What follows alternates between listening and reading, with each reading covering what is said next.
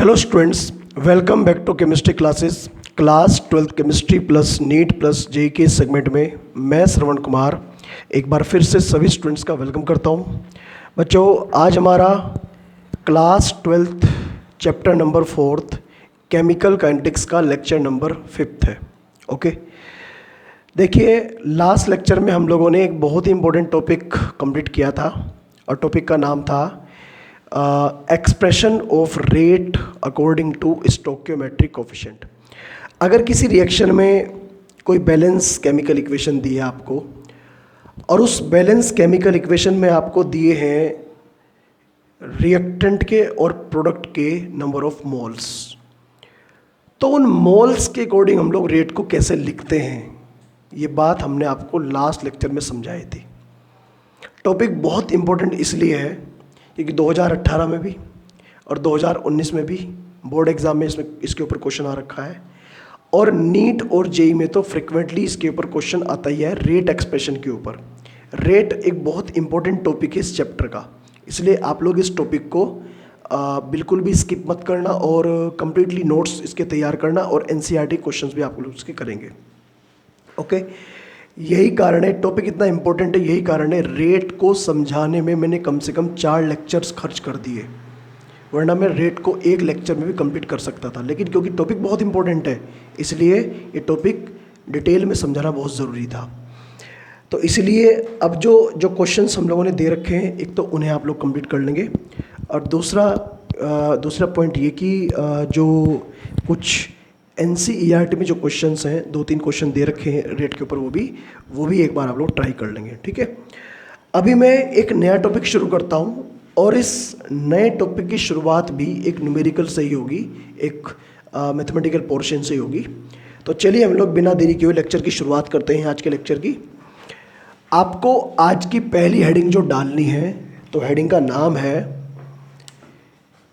Heading है rate law.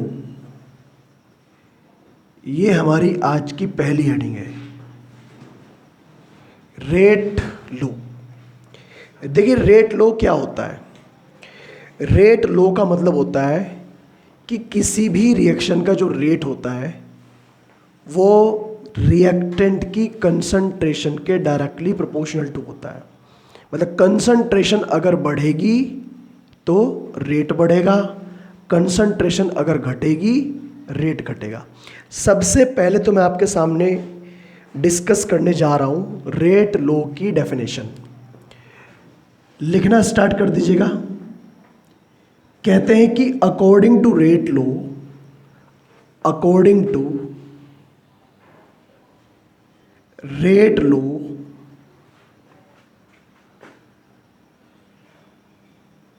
rate of a chemical reaction, rate of a chemical reaction is directly proportional to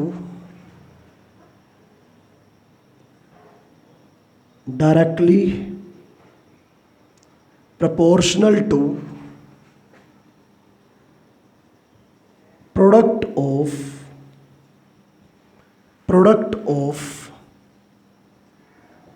concentration of reactants, product of concentration of reactants,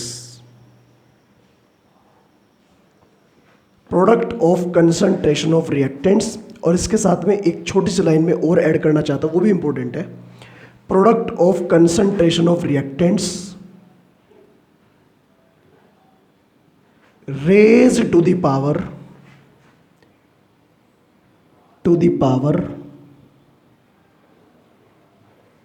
coefficient, raise to the power coefficient of reactants. ये तो है rate लो की definition. ठीक है, एक बार फिर repeat कर रहा हूं, इसमें क्या लिखा हुआ है। इसमें लिखा है कि according to the rate law, rate of a chemical reaction is directly proportional to directly proportional to, product का मतलब होता है मल्टीप्लाई करना, प्रोडक्ट ऑफ कंसंट्रेशन मतलब कंसंट्रेशन का प्रोडक्ट मतलब कंसंट्रेशन की multiply, product of concentration of reactants, और उन कंसंट्रेशन पर कोफिशिएंट जो है उन्हें पावर में लगाना है। एक छोटा सा एग्जांपल देखिए आप लोग।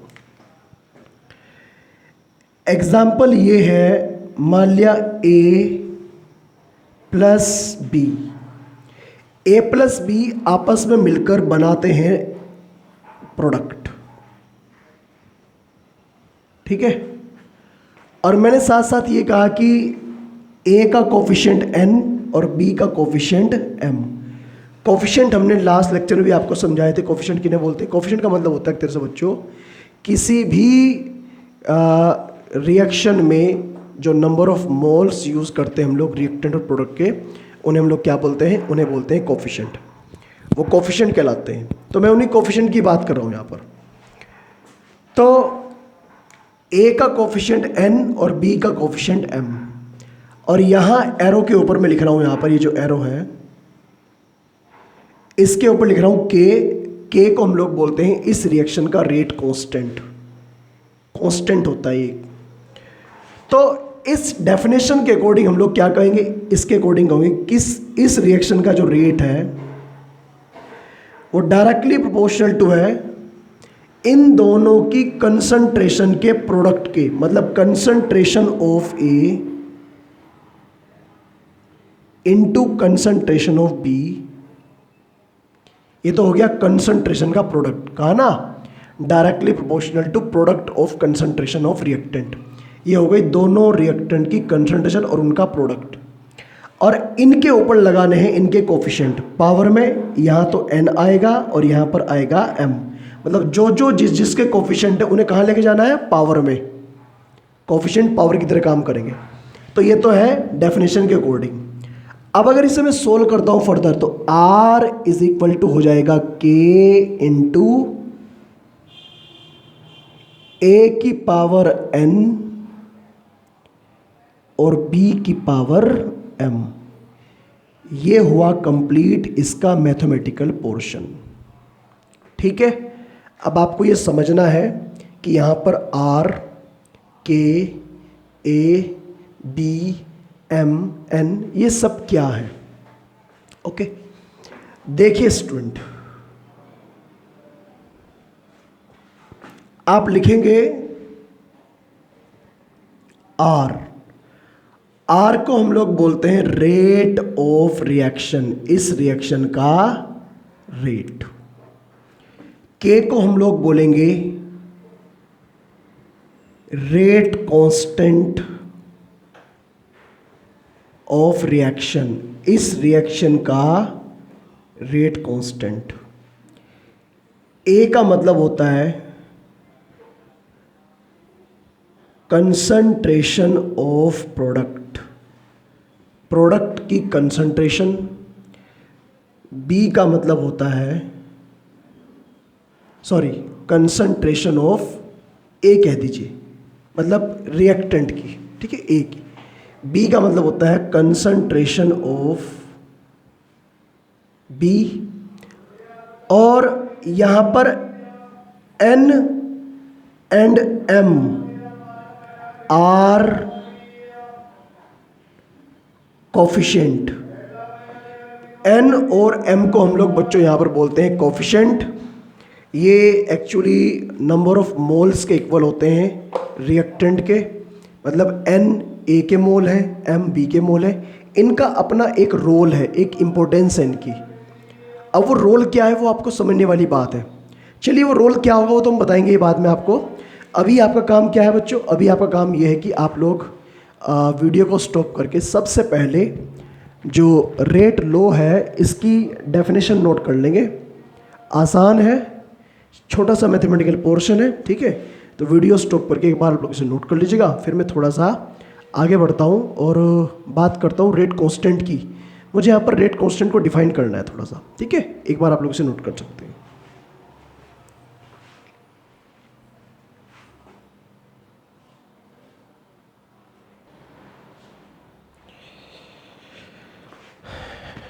ओके, अब ये जो रेट कांस्टेंट है के, थोड़ा इसे डिफाइन कर लेते हैं। कभी कभी एग्ज़ाम में रेट कांस्टेंट की डेफिनेशन आती है। रेट कांस्टेंट होता क्या है, किस बात को इंडिकेट करता है? तो आप हेडिंग लिखेंगे रेट कांस्टेंट। देखिए, रेट कांस्टेंट को हम लोग कभी कभी एक और नाम से जानते हैं। आप हेडिंग लिखेंगे रेट कांस्टेंट।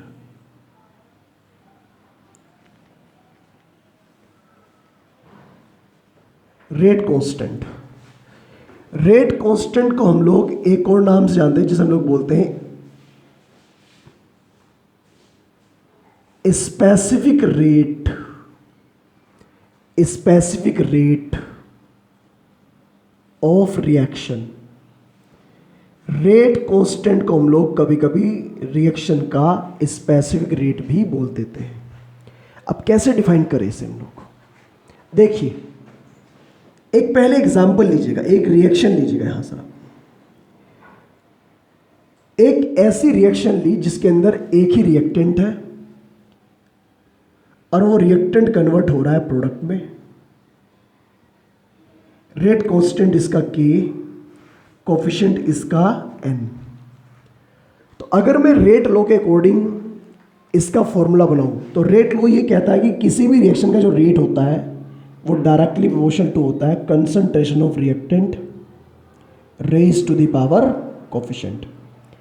तो इसीलिए हम ये कह सकते हैं कि यहाँ पर जो R है वो इज इक्वल टू हो जाएगा K इंटू ए की पावर n।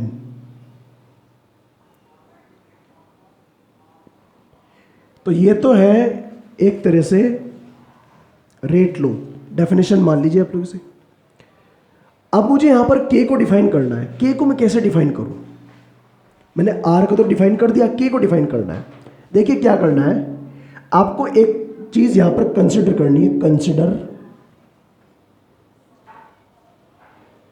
A, जो A है मतलब जो कंसंट्रेशन है, A इज इक्वल टू 1 मोल पर लीटर। मतलब कंसंट्रेशन मैंने जो मान ली वो 1 मान ली, और 1 का मतलब दैट इज यूनिटी, मतलब 1 सिंगल मान ली। तो अगर मैंने कंसंट्रेशन 1 मान ली तो यहां पर जब मैं वैल्यू पुट करूंगा, ये वैल्यू 1 पुट करूंगा तो ये हो जाएगा R इज इक्वल टू के। तो R इज इक्वल टू के हो जाएगा। तो अब मैं यहां पर रेट कांस्टेंट को डिफाइन कर सकता हूं। देखो कैसे डिफाइन करूंगा। आपको भी एग्जाम में अगर रेट कांस्टेंट की डेफिनेशन आए तो ऐसे ही डिफाइन करना है। कैसे? आप कहिएगा कि so rate constant of a reaction is equal to rate of that reaction is equal to rate of that reaction whose concentration of reactant is unity, that is 1 mole पर लीटर। जरा दोबारा repeat कर रहा हूं, क्या मतलब है इसका? इसका मतलब ये है किसी भी रिएक्शन का रेट कांस्टेंट उस रिएक्शन के रेट के इक्वल होता है जिस रिएक्शन में रिएक्टेंट की कंसंट्रेशन कितनी ली जाती है? 1, यूनिटी। दोबारा पढ़िए। So rate constant of a reaction is equal to the rate of that reaction whose concentration of the reactant is unity, जिसमें रिएक्टेंट की कंसंट्रेशन कितनी है? यूनिटी। तो जब कभी एग्जाम में रेट कांस्टेंट को डिफाइन करने के लिए आए तो बच्चों आपको रेट कांस्टेंट ऐसे डिफाइन करना है। ठीक है, तो उम्मीद है आप लोग मेरी बात को समझ गए होंगे। तो वीडियो स्टॉप करके आप लोग इस पूरे पोर्शन को अच्छे से नोट कर लीजिएगा, डिफाइन कर लीजिएगा। और अब मैं आपके सामने एक छोटा सा टॉपिक और है, सारे टॉपिक एक दूसरे कनेक्टेड है, तो मैं आपके सामने डिफाइन करने जा रहा हूँ order of the reaction. Order किसे बोलते हैं? ऑर्डर और मॉलिक्यूलरिटी दो चीज़ें आती हैं, लेकिन पहले मैं बता रहा हूँ ऑर्डर और उसके बाद में रेट कांस्टेंट की यूनिट। ठीक है स्टूडेंट, कर लीजिएगा नोट।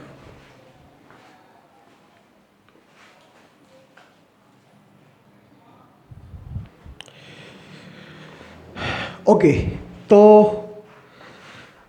अब हम लोग बात करेंगे रिएक्शन के ऑर्डर की। पहली बात तो आप सभी बच्चों को यही बात समझ में आए कि हम लोग ऑर्डर बोलते किसे हैं। देखिए, ऑर्डर वैसे मैं अभी आपके सामने थ्योरेटिकली एक्सप्लेन कर रहा हूँ, और वैसे मैं आपको बताऊँ ऑर्डर मैं जब आगे डिटेल में से पढ़ाऊँगा ऑर्डर को, तो मैं आपको समझाऊँगा ऑर्डर एक थ्योरेटिकल एस्पेक्ट नहीं है। हम लोग थ्योरेटिकली किसी रिएक्शन को देखकर बता नहीं सकते ऑर्डर क्या है। ऑर्डर का मतलब होता है किस कैटेगरी की रिएक्शन है, मतलब जो रेट है वो कंसंट्रेशन की किस पावर पर डिपेंड करता है। इस कंडीशन को समझने के लिए हम लोग ऑर्डर पढ़ते हैं। ठीक है, जो रिएक्शन का रेट है वो कंसंट्रेशन की किस पावर पर डिपेंड करता है, इस चीज़ को हम लोग बोलते हैं ऑर्डर। वो जो पावर है उसी पावर को हम लोग ऑर्डर बोलते हैं। लेकिन एक्चुअली ऑर्डर को थ्योरेटिकली समझना डिफ़िकल्ट है। अगर किसी रिएक्शन का हमारे पास में पूरा मैकेनिज्म नहीं है तो मैकेनिज्म के बिना हम लोग ऑर्डर डिफाइन नहीं कर सकते। इसीलिए मैं आपको मैकेनिज्म भी समझाऊंगा, ऑर्डर कैसे फाइंड आउट करते हैं ये भी समझाऊंगा, लेकिन उसके लिए थोड़ा अभी आपको टाइम लगेगा। अभी कुछ 2-3 लेक्चर्स आपको और इसके लिए देखने पड़ेंगे इस चैप्टर के, तब जाकर आपको ये बात समझ में आएगी। ठीक है, लेकिन क्योंकि अभी मुझे आपको पढ़ाना है ऑर्डर, क्योंकि ऑर्डर का सीधा सीधा मतलब है रेट कांस्टेंट की यूनिट से। मुझे आपको समझानी है रेट कांस्टेंट की यूनिट। तो यूनिट समझने से पहले आप हेडिंग डालेंगे order of the reaction. Order किसे बोलते हैं? ऑर्डर की definition,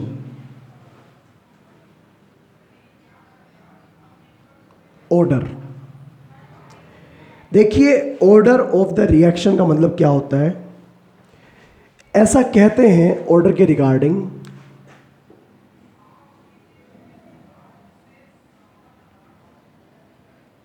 the sum of powers of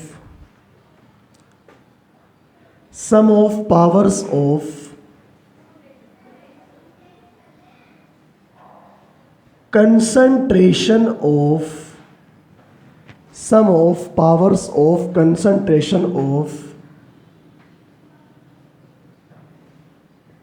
reactants. The sum of powers of concentration of reactants is called order of the reaction. Order of the reaction, इसे बोलते हैं reaction का order. कैसे? जरा समझिए बात को।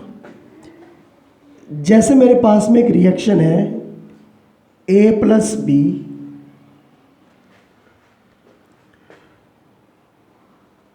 ये रेट कांस्टेंट के, और ये क्या बना रहा है? प्रोडक्ट। अगर मैं इस रिएक्शन का रेट लिखूं तो क्या लिखूंगा? R = K × A की पावर n। कब? जब इसका कोफिशिएंट n होगा, इंटू B की पावर m। कब? जब इसका कोफिशिएंट m होगा। तो ये तो है इस रिएक्शन के लिए, रेट का फॉर्मूला। अब इस रेट के फॉर्मूला में अगर आप लोग ये चीज़ें जानते हो, क्या क्या चीज़ें जानते हो? जैसे आप लोग जानते हो कि यहाँ पर R क्या है, यहाँ पर K किसे बोलते हैं, यहाँ पर A किसे बोलते हैं, B क्या है, और ये जो लास्ट में एन एंड एम है ये क्या है। तो अभी कुछ देर पहले ही हमने जब रेट लो पढ़ाया था ये सारी चीज़ें समझाई थी आपको, ठीक है। ये तो आप खुद लिखें इन्हें हम लोग बोलते क्या है, लेकिन मैं आपको वो एक्चुअल चीज़ समझा रहा हूँ जो मुझे समझानी है। क्या है वो, देखो ध्यान से बच्चों। यहां पर इस रिएक्शन में जो N है और जो M है, अब यहां पर N किसकी पावर है, N पावर है A की और M पावर है B की। तो N को तो हम लोग कहेंगे, आप ध्यान से मेरी बात को सुने, order with respect to A। कहीं कहीं पर आपको थ्योरी में कहीं पर ये देखने को मिलेगा W.R.T, इसका मतलब है विद रेस्पेक्ट टू, शॉर्ट में लिख देते हैं order with respect to A। ऐसे ही M क्या है, M है order with respect to B। Order हम लोग बच्चों, ध्यान रहे आप लोग इस बात को समझे, ऑर्डर हम लोग अलग अलग रिएक्टेंट के बेस पर भी निकाल सकते हैं ऑर्डर। और बच्चों ध्यान रहे आपको, अगर मैं सम कर दूं, इफ सम ऑफ पावर्स, अगर मैं पावर्स का सम कर दूं तो पावर्स का सम कितना आएगा, ये आएगा n प्लस m, पावर का सम ये आएगा। और ये जो सम हो जाएगा पावर का, इसी सम को हम लोग बोलेंगे ऑर्डर ऑफ रिएक्शन। पूरी रिएक्शन का ऑर्डर क्या हो जाएगा, n प्लस m। और अगर मैं कहूं A का ऑर्डर कितना है, तो A के रेस्पेक्ट में ऑर्डर n है और B के रेस्पेक्ट में ऑर्डर m है। तो ये कहेंगे हम लोग, कह सकते हैं कि order of overall reaction, order of all reaction is n plus m। ये कंप्लीट रिएक्शन का ऑर्डर है, ये पूरी रिएक्शन का ऑर्डर है। उम्मीद है आप लोग मेरी बात को समझ गए होंगे, ठीक है। अभी मुझे आपको पढ़ाना है रेट कांस्टेंट की यूनिट कैसे निकालते हैं हम लोग, लेकिन उससे पहले मुझे ऑर्डर के रिगार्डिंग कम से कम 3 या 4 पॉइंट आपको लिखवाने हैं, क्योंकि एग्ज़ाम में कई बार कुछ चीज़ें ऐसी होती हैं, मैंने आपको ये बातें कई बार बता ली बच्चों, कि जैसे difference between ideal solution non ideal solution, जैसे difference between tetrahedral void octahedral void, जैसे difference between n type and p type semiconductor. ऐसे ही जब दो चीज़ों का पेयर बनता है तो वहाँ पर डिफरेंस पूछते हैं, जैसे difference between order and molecularity. एक वर्ड अभी आएगा आगे, अभी 2-3 लेक्चर बाद में आएगा, मोलिकुलरिटी। तो ये क्वेश्चन कई बार एग्जाम में आ रखा है कि right the difference between order and molecularity. ये बहुत इंपॉर्टेंट टॉपिक है, तो करना भी चाहिए आपको ये बात। तो इसलिए अभी नोट कर लीजिए, क्योंकि ऑर्डर में पढ़ा रहा हूँ आपको, तो इसलिए मुझे ऑर्डर के 3 या 4 पॉइंट थ्योरेटिक के फॉर्म में लिखवाने हैं आपको, ठीक है। वीडियो स्टॉप करिए और नोट करिए सर।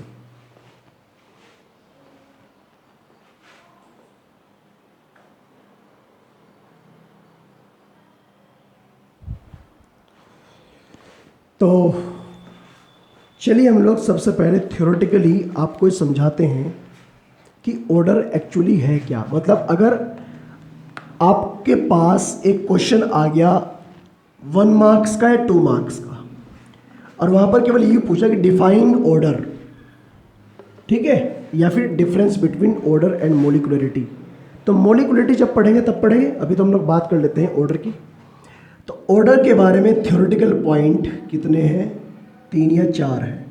पहला पॉइंट, ऑर्डर क्या होता है, ऑर्डर होता है the sum of powers of concentration of reactant, ठीक है, इसे हम लोग बोलते हैं order. The sum of powers of concentration of reactant, reactant की जो पावर होती है उनकी पावर का सम, पहला पॉइंट है। दूसरा पॉइंट क्या होगा, एक बात ध्यान रखने वाली है, ऑर्डर एक प्रैक्टिकल एस्पेक्ट है, थ्योरेटिकल एस्पेक्ट नहीं है। Order is a practical aspect, not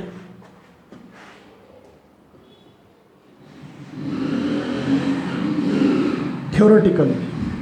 इसका मतलब ये कहने का वर्ड इस लाइन का कि अगर मैं एक्चुअल कंडीशन की बात करूं, एक्चुअली हम लोग रियल में ऑर्डर को प्रैक्टिकली तो सही सही कैलकुलेट कर सकते हैं, थ्योरेटिकली कैलकुलेट नहीं कर सकते। अगर मैं सही सही एक्यूरेट की बात करूं, वैसे तो पता कर ही लेंगे, लेकिन एक्यूरेसी से हम लोग केवल प्रैक्टिकली हम लोग पता लगा पाएंगे। और तीसरा और सबसे इंपॉर्टेंट पॉइंट ये कि ऑर्डर में बी ज़ीरो, ऑर्डर ज़ीरो भी हो सकता है, पॉजिटिव भी हो सकता है, कभी कभी नेगेटिव भी हो सकता है। ऑर्डर की value zero, positive, negative and fractional. ठीक है, क्या कहा है ने? ऑर्डर में बी zero, positive, negative and fractional value. Order इनमें से कोई भी वैल्यू हो सकती है, क्योंकि जब मैं आपको मोलिकुलरिटी पढ़ाऊंगा तब मैं आपको वहाँ पर बताऊंगा कि मोलिकुलरिटी केवल एक पॉजिटिव वैल्यू होगी, ना तो नेगेटिव हो सकती और ना ही ज़ीरो। तो ये पॉइंट डिफरेंस में काम आएगा।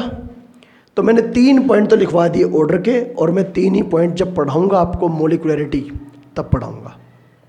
ओके, वीडियो स्टॉप करके तीनों के तीनों पॉइंट नोट कर लीजिएगा, और फिर हम लोग इसी टॉपिक के कंटिन्यूएशन में आगे बढ़ते हैं। ठीक है,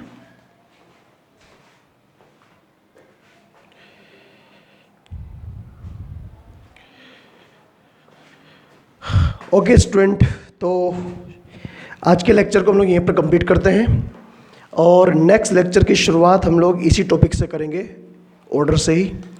आपको मैं समझाऊंगा कि ऑर्डर के बेस पर हम लोग अलग अलग रिएक्शन के जो रेट कांस्टेंट हैं, जो के हैं, उनकी यूनिट हम लोग कैसे कैसे फाइंड आउट कर सकते हैं। एक बहुत ही इंपॉर्टेंट टॉपिक है, खासकर नीट के लिए, क्योंकि नीट में कई बार इस तरह क्वेश्चन पूछे हुए हैं।